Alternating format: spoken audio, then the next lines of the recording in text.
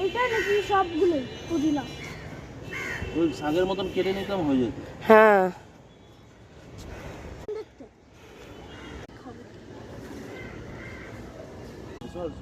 ওই 3-4টেই সিদ্ধ খাবে।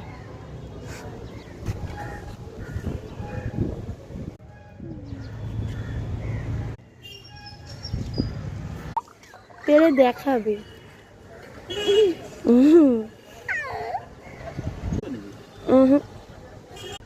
দুটো 3টা না না আরো আরো এখনো আরো